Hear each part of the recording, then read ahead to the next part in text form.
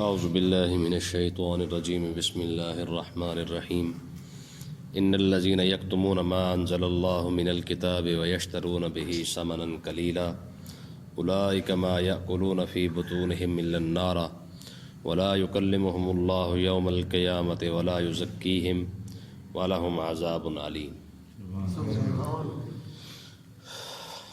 اس آیت کے اندر یہی بات بیان کی گئی ہے کہ کفار نے پیچھے تو بات کفار کی چل رہی تھی کہ انہوں نے اللہ تبارک و تعالیٰ کے معبود ہونے کو انکار کر کے اپنے اپنے خدا بنا رکھے تھے۔ اب دوسرا گروہ جو یہود ہے اس کے بارے میں بات ہو رہی ہے کہ مشرکین نے خدا کا انکار کر کے اپنے آپ کو گمراہ کر ڈالا، اور یہودیوں نے اپنے آپ کو کیوں گمراہ کیا؟ اصل مسئلہ وہ یہی تھا کہ یہودیوں نے یہ سوچا کہ اگر ہم اسلام کو مانتے ہیں تو ہمارے جو نذرانے، جو عقیدت، جو چندے، جو ہماری آمدنی ہے وہ ختم ہو جائے گی۔ جب لوگوں کی توجہ ہماری طرف سے ختم ہو گئی، لوگوں نے نبی آخر الزماں کو ماننا شروع کر دیا، تو ظاہر ہے پھر ہمارے پاس تو کوئی نہیں آئے گا۔ جب ہمارے پاس کوئی نہیں آئے گا تو ہماری آمدنی کے اندر فرق پڑ جائے گا، اور ہماری جو معیشت چل رہی ہے یہ ساری کی ساری تباہ ہو جائے گی۔ تو اصل مسئلہ چندے کا تھا، پیسے کا تھا۔ تو اس وجہ سے انہوں نے حق کا انکار کیا، اور قرآن مجید جو اللہ تبارک و تعالیٰ نے جو کتاب ان کو عطا فرمائی تھی تورات، اس کے اندر انہوں نے رد و بدل کرنا شروع کر دیا تاکہ لوگ جو ہے وہ آقا علیہ الصلوۃ والسلام کے پاس نہ جائیں۔ یہی بات اللہ تبارک و تعالیٰ نے ارشاد فرمائی، فرمایا ان الذین یکتمون ما انزل اللہ من الکتاب، فرمایا وہ لوگ یعنی یہودیوں نے جو ما یکتمون ما انزل اللہ من الکتاب، جو کچھ اللہ تبارک و تعالیٰ نے کتاب میں نازل فرمایا وہ اس کو چھپاتے ہیں، وَيَشْتَرُونَ بِهِ ثَمَنًا قَلِيلًا، اور ہوا کیا، اور اس کے بدلے میں انہوں نے ذلیل سی قیمت، تھوڑی سی قیمت جو ہے وہ لے لی ہے۔ یعنی اللہ تبارک و تعالیٰ کے احکامات کو چھپا کر تھوڑی سی قیمت جو ہے وہ لے لی ہے، تھوڑا سا سامان انہوں نے خرید لیا ہے، ٹھیک ہے۔ کیا ہوا؟ فرمایا اولئک ما یاکلون فی بطونہم الا النار، فرمایا یہ وہ لوگ ہیں جو اپنے پیٹوں کے اندر آگ بھر رہے ہیں جی۔ آقا علیہ السلام کی شان کو چھپا کر کتنا پیسہ کما لیا، کتنا لوگوں سے چندہ اکٹھا کر لیا۔ تو اس سے یہ مسئلہ بھی ثابت ہو گیا کہ جو بندہ اللہ تبارک و تعالیٰ کی نازل کی ہوئی کتاب کو چھپائے صرف اس وجہ سے کہ یار لوگ پیسے نہیں دیں گے، ٹھیک ہے جی، یا لوگ ہماری خدمت نہیں کریں گے، تو جتنی آمدنی، وہ جتنا پیسہ صرف اسی لالچ کے تحت وہ اکٹھا کر رہا ہے، تو اولئک ما یاکلون فی بطونہم الا النار، اللہ تبارک و تعالیٰ کا یہ فرمان ہے کہ وہ پیسہ نہیں اکٹھا کر رہا بلکہ اپنے لیے آگ اکٹھی کر رہا ہے۔ اب وہ خطیب حضرات ہماری محفلوں کے اندر، ہمارے میلادوں کے اندر صرف اس لیے حق بیان نہیں کیا جاتا کہ یار کم سے کم جو ہے ہم بیان کریں گے تو لوگ ہمیں اس بات پر پیسے نہیں دیں گے، تو وہ بھی تو اس زمرے میں آتے ہیں۔ اور وہ علماء جو صرف اس وجہ سے حق کو بیان نہیں کرتے کہ ہمارے فرقے پر زد پڑ جاتی ہے، وہ عالم دین اس لیے حق بیان نہ کرے کہ جناب ہماری آمدنی کم ہو جائے گی، یہ سارا کا سارا اسی حکم کے اندر شامل ہے کہ اگر تمہارے پاس اللہ تبارک و تعالیٰ نے تمہیں علم دیا ہے تو پھر علم جو ہے وہ جس طرح حق ہے اس کو ویسے بیان کرو، ٹھیک ہے، چاہے کسی کو اچھا لگے یا کسی کو اچھا نہ لگے، ٹھیک ہے۔ تو اللہ تبارک و تعالیٰ نے ارشاد فرمایا کہ جو عالم دین حق کو چھپا جائے، رب کے نازل کیے ہوئے احکامات میں سے کسی احکام کو نہ بتائے، اس کا حال یہ ہے کہ ایک تو وہ اپنے پیٹ کے اندر آگ بھر رہا ہے، اور دوسرا کیا کام ہوگا؟ فرمایا ولا یکلمہم اللہ یوم القیامہ، فرمایا قیامت کے دن رب اس سے بات بھی نہیں کرے گا، رب اس سے کلام نہیں کرے گا۔ یوم القیامت، قیامت کے دن نہ رب اس سے کلام کرے گا، ولا یزکیہم، نہ ہی رب ایسے لوگوں کو پاک صاف کرے گا، یعنی گناہوں سے پاک بھی نہیں کرے گا، وَلَهُمْ عَذَابٌ عَلِيمٌ، اور ایسے لوگوں کے لیے دردناک عذاب بھی ہے۔ علم کو چھپا جانا، لوگوں کے ڈر سے علم کو بیان نہ کرنا، یہ سارا کا سارا اسی کے لیے ہے۔ اور آگے دیکھیں فرمایا اولئک الذین اشتروا الضلالۃ بالہدی، فرمایا یہی وہ لوگ ہیں یعنی یہودیوں کے بارے میں یہ بات آ رہی ہے کہ ان لوگوں نے کیا کہ انہوں نے ہدایت کے بدلے میں گمراہی کو خریدا۔ دنیا ہی زیادہ سے زیادہ کمائی تھی نا، اس سے زیادہ تو کچھ بھی نہیں کمایا۔ فرمایا تمہیں ہدایت مل رہی تھی، تمہیں اسلام مل رہا تھا، تمہیں دین مل رہا تھا، بجائے تم حق اور سچ کو بیان کرتے تم آقا علیہ الصلوۃ والسلام کے ساتھ کھڑے ہو جاتے، لیکن تم نے کیا کیا؟ تم نے میرے نبی کی شان کو چھپا کر تم نے تھوڑے سے پیسوں کی خاطر سارا کچھ بیچ ڈالا۔ ایک تو انہوں نے ہدایت کے بدلے میں گمراہی کو خریدا، والعذاب بالمغفرہ، اور انہوں نے آخرت میں بخشش کے بدلے میں عذاب کو خرید لیا ہے۔ بجائے بخشش کے حقدار بننے کے چند پیسوں کی خاطر انہوں نے کیا کیا؟ عذاب کو ہی خرید لیا ہے۔ قرآن مجید نے فرمایا فما اصبرهم علی النار، تو یہ کتنا آگ برداشت کرنے والے ہیں، کس طرح یہ آگ برداشت کر لیں گے؟ مطلب کیا ہے کہ آج تو انہوں نے چند پیسوں کی خاطر، چند ٹکوں کی خاطر جو ہے وہ انہوں نے حق کو چھپا کر جو ہے وہ 4 پیسے بھی بنا لیے، گڈی بھی بن گئی، کوٹھی بن گئی، کاریں بن گئی، سب کچھ ہو گیا، ٹھیک ہے۔ اب دیکھیں نا، اس کے اندر ہمارے وہ پیر حضرات جن کے بڑا کام کر کے گئے ہیں، لیکن آج وہ گڈی نشین بن کے جو ہے پیچھے ہو کے بیٹھے ہوئے ہیں، صرف بس کیا ہے کھانے پینے پہ لگے ہوئے ہیں، اپنے بزرگوں کی قبریں بیچ کر جناب اعلیٰ مزے کر رہے ہیں۔ تو آج وہ اپنے بزرگوں جیسا کام کیوں نہیں کرتے؟ صرف کیا ہے کہ دین کے نام پہ کھانا اور دین کو بیان نہ کرنا، یہ دین کے ساتھ غداری تو ہے، ٹھیک ہے۔ تو جو مطلب یہ ہے کہ لوگ، اگر کوئی شخص دین کے نام پہ کھائے اور دین کو بیان ہی نہ کرے تو اس کے لیے پھر مسئلہ تو بنے گا۔ تو اللہ تبارک و تعالیٰ نے ارشاد فرمایا یہ عذاب ان کو کیوں دیا جائے گا؟ فرمایا ذالک، فرمایا اس وجہ سے دیا جائے گا کہ بأن اللہ نزل الکتاب بالحق، کیونکہ اللہ تبارک و تعالیٰ نے یہ کتاب کو حق اور سچ کے ساتھ نازل فرمایا ہے۔ جب اس کتاب کے اندر ہر بات حق ہے، جب اس تورات کے اندر ہر بات حق تھی، قرآن کے اندر جب ہر بات حق بیان کی گئی ہے، تو پھر تم کیوں نہیں بیان کرتے تھے؟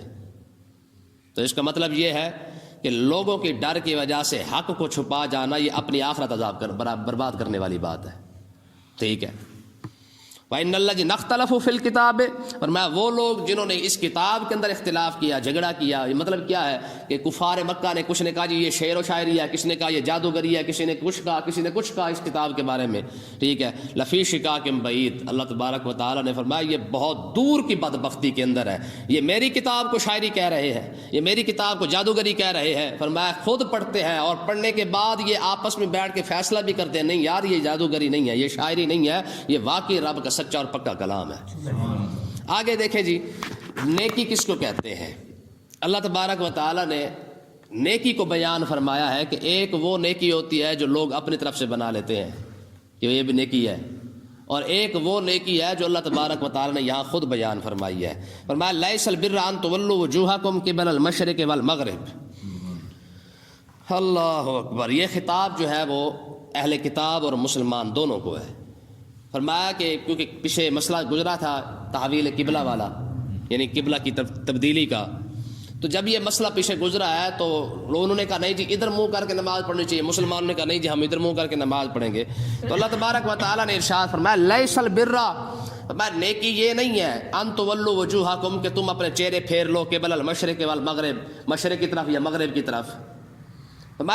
کسی کی طرف مشرق کی طرف منہ کر لینا یا مغرب کی طرف منہ کر لینا یہ اتنی بڑی نیکی نہیں ہے، یہ اتنی بڑی بات نہیں ہے۔ ہاں نیکی کیا ہے؟ فرمایا ولکن البر، نیکی یہ ہے من آمن باللہ والیوم الاخر، تم اللہ پر ایمان لاؤ اور قیامت کے دن پر ایمان لاؤ۔ ہاں مشرق کی طرف منہ کر لینا بھی کوئی اتنی بڑی بات نہیں ہے، للہ المشرق والمغرب فینما تولوا فثم وجہ اللہ، تم جدھر منہ کرو رب تو ادھر ہی ہے، ٹھیک ہے۔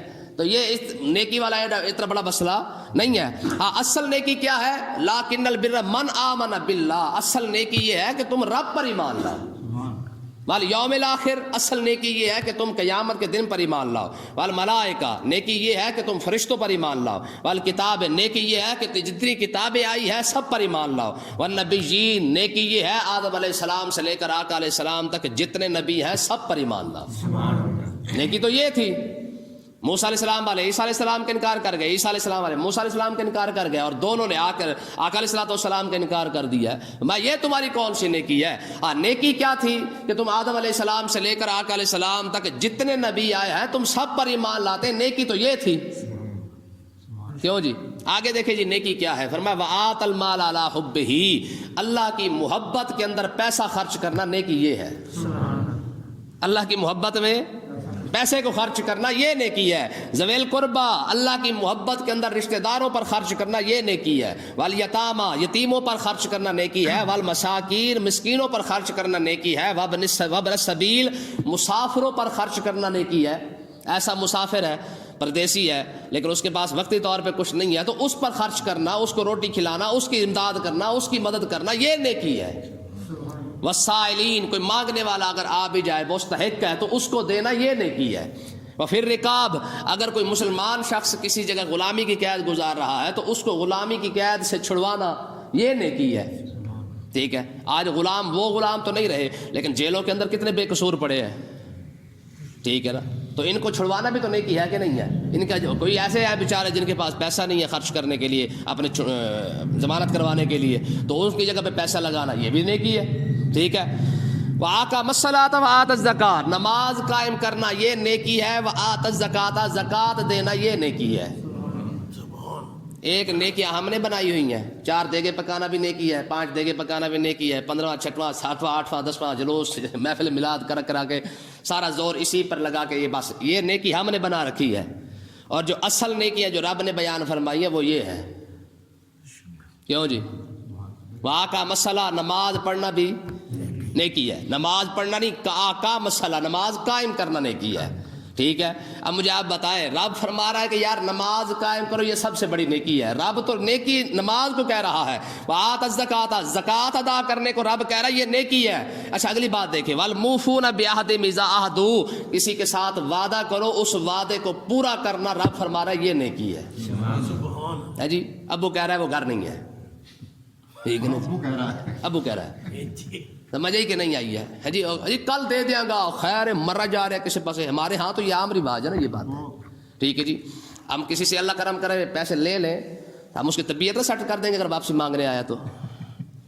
سمجھ ہی کہ نہیں آئی ہے. تو آج دیکھ لیں کتنے وعدے صرف اسی باتوں پر ہمارے ختم ہو جاتے ہیں. جی کل دے دوں گا اور پرسوں دے دوں گا، جی اور خیر کچھ نہیں ہوتا، مرا ہی جا رہے ہیں. یعنی اب دینے والا جو ہے وہ مرا جا رہا ہوتا ہے. ٹھیک ہے جی. تو اللہ تبارک و تعالیٰ نے ارشاد فرمایا کسی کے ساتھ وعدہ کرو تو اس وعدے کو پورا کرو، یہ نیکی ہے. اوفوا بالعہد ان العہد کان مسئولا. ٹھیک ہے، ہم تو اس کو کچھ بھی نہیں سمجھتے نا وعدے کو. ٹھیک ہے نا جی، ہم تو وعدے کو کچھ بھی نہیں سمجھتے. تو قرآن مجید نے فرمایا اوفوا بالعہد ان العہد کان مسئولا، وعدہ کیا تو اس کو پورا کرو کیونکہ قیامت کے دن رب وعدے کے بارے میں پوچھے گا ضرور. ان العہد کان مسئولا، رب وعدے کے بارے میں ضرور پوچھے گا کہ ہاں بھائی تو نے جو فلانے سے وعدہ کیا تھا اس وعدے کو پورا کیوں نہیں کیا. ہاں کتنی بڑی بات. ہماری نظروں کے اندر تو یہ نیکیاں ہے ہی نہیں جو رب نے گنوائی ہیں. ٹھیک ہے نا، ہماری نظروں کے اندر کوئی اور نیکیاں، ہم کسی اور دنیا کے اندر آباد ہیں ماشاءاللہ. ٹھیک ہے. آگے دیکھیں جی، والصابرین فی الباساء والضراء وحین الباس، مصیبت کے وقت، سختی کے وقت اور جہاد کے وقت صبر کرنا رب فرما رہا ہے یہ نیکی ہے. کتنی نیکیاں ہیں؟ ان میں سے ایک نیکی ہمیں پسند کوئی نہیں اللہ کے فضل سے. ہمیں کوئی پسند کوئی نہیں ہے، وہ تو مجبوراً ہمیں کرنی پڑتی ہے، وگرنہ ان نیکیوں میں سے بڑا اوکھا ہوتا ہے رب پر ایمان لانا. یہ اتنی بڑی نیکی ہے کہ کوئی بندہ سوچ نہیں سکتا. لیکن رب پر ایمان لانے کا مطلب یہ نہیں کہ بس اس کو ایک مان لیا بات ختم ہوگی. اس کو مانا تو اس کی ہر بات کو بھی ماننا. پھر ایمان لانے کا مطلب تو یہ تھا. ٹھیک ہے. تو آگے دیکھیں جی، فرمایا اولئک الذین صدقوا، فرمایا جو یہ لوگ یہ نیکیاں کریں، فرمایا یہی لوگ سچے بھی ہیں. واولئک هم المتقون، یہی لوگ پرہیزگار بھی ہیں. قیامت والے دن اللہ تعالیٰ ان کو جنت بھی عطا فرمائے گا. ٹھیک ہے نا. ہاں تقوی والے لوگ یہی ہے جو یہ نیکیاں کریں. تو اللہ تبارک و تعالیٰ نے نیکیوں کی لسٹ بیان فرما دی ہے. ٹھیک ہے. پہلی نیکیاں ایمان کے ساتھ تعلق رکھتی ہیں. من آمن باللہ والیوم الاخر والملائکہ والکتاب والنبیین، یہ 5 چیزیں فرمایا ان پر ایمان لانا دل سے. ٹھیک ہے، دل اور زبان سے. اگلی جو نیکی ہے اس کا تعلق مال کے ساتھ ہے. فرمایا آت المال علی حبہ ذوی القربى والیتامى والمساکین وابن السبیل والسائلین وفی الرقاب. یہ 6-7 جگہوں پر پیسہ خرچ کرنا یہ نیکی ہے.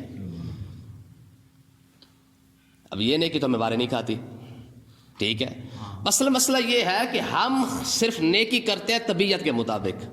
اگر ہماری طبیعت کو اچھا لگ جائے تو ہم اس کو نیکی سمجھ لیتے ہیں، اگر ہماری طبیعت کو اچھا نہ لگے تو ہم اس کو نیکی نہیں سمجھتے. آپ دیکھ لیں کہ جہاں پیسہ خرچ کرنا چاہیے وہاں پہ خرچ نہیں کریں گے. سب سے بہترین جگہ تھی پیسہ خرچ کرنے کی وہ اللہ تبارک و تعالیٰ نے فرمایا کہ ذوی القربیٰ اپنے رشتہ داروں پر خرچ کرو. کرتے ہیں، سوال ہی پیدا نہیں ہوتا. ٹھیک ہے. میں کہتا ہوں جی دیکھیں یہ یاد رکھیں، اس سے بڑی کوئی نیکی تو کوئی نہیں. فرمایا اپنے رشتہ داروں کا خیال کرو. آقا علیہ السلام نے ارشاد فرمایا کہ اگر تم رشتہ داروں پر خرچ کرو گے اللہ تعالیٰ تمہیں دگنا ثواب عطا فرمائے گا. ایک رشتہ داری کا ثواب عطا فرمائے گا، دوسرا خرچ کرنے کا ثواب عطا فرمائے گا. لیکن ہم کیا ہے کہ ہم جناب 6 دیگے کھڑکا دیں گے لیکن سوال ہی پیدا نہیں ہوتا کسی رشتہ دار کا، حالانکہ ہمیں سارا پتہ ہوتا ہے کہ ہمارا کون سا رشتہ دار کس حالت کے اندر ہے، لیکن سوال ہی پیدا نہیں ہوتا کہ ہم اس کے لیے اس کی کچھ ہیلپ کر جائیں. ٹھیک ہے. دوسرا فرما واقع الصلوات الزکات، یہ رب فرما رہا ہے یار زکوٰۃ دو، یہ رب اس کو نیکی بیان فرما رہا ہے. عشر دینا، زکوٰۃ دینا یہ فرض تو ہے ہی ہے، لیکن اللہ تعالیٰ نے نیکی اسی کو کہا ہے. والموفون بعہدہم اذا عاہدوا، وعدہ نبھانے کو رب نے یار یہ تو وہ نیکیاں ہیں جس کو اللہ تبارک و تعالیٰ